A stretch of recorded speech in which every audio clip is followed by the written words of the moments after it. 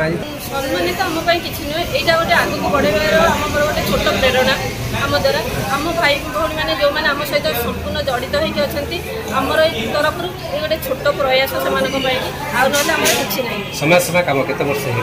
समाज सेवा काम मोर निजस्व आज 10 वर्ष हो 10 वर्ष समाज सेवा काम भितर निंदा अपवाद ये सब सही ना सही निश्चित आगे तो बढ़िया निश्चित किसी मानने निंदा अपवाद सहया पड़ो ताकि मत खातिर नकर मोर जति मो द्वारा जी लोक मानकर किसी करहब कि सेवा कर विशेष कर श्रीहरि फाउंडेशन में सेवा कार्य को कार्य विशेष कर ध्यान दिया रही मुख्य उद्देश्य हूँ हेल्थ एजुकेशन आमर स्वास्थ्य अवेयरनेस करवा मेडिकल रक्त जगैवा रोगी सेवा कर तापर बस्ती अंचल शिक्षा जगैवा कि बस्तीर पिला पाठ पढ़ाई अवेयरनेस करवा कपड़ा बांटा